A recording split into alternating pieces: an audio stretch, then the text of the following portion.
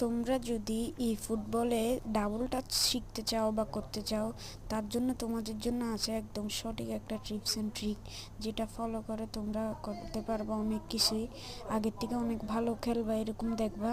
তো এটা দেখানোর জন্য তোমাদেরকে আগে সর্বপ্রথম কাজ হচ্ছে ড্যাশে একবার ক্লিক করে আর গিয়ারটা এদিকে টানতে হবে। ঠিক ক্যারেক্টারের মুখ, মানে মেসি, আমার মেসি যেটা আছে সেটার মুখ যেদিকে ফিরে আসে সেই দিকে গিয়ারটা টানতে হবে। ধর আমার মেসির মুখ ডাইন সাইডে ফিরে আসে, সেদিকে গিয়ারটাকে একবার টানতেছি, তোমরা স্ক্রিনে দেখো।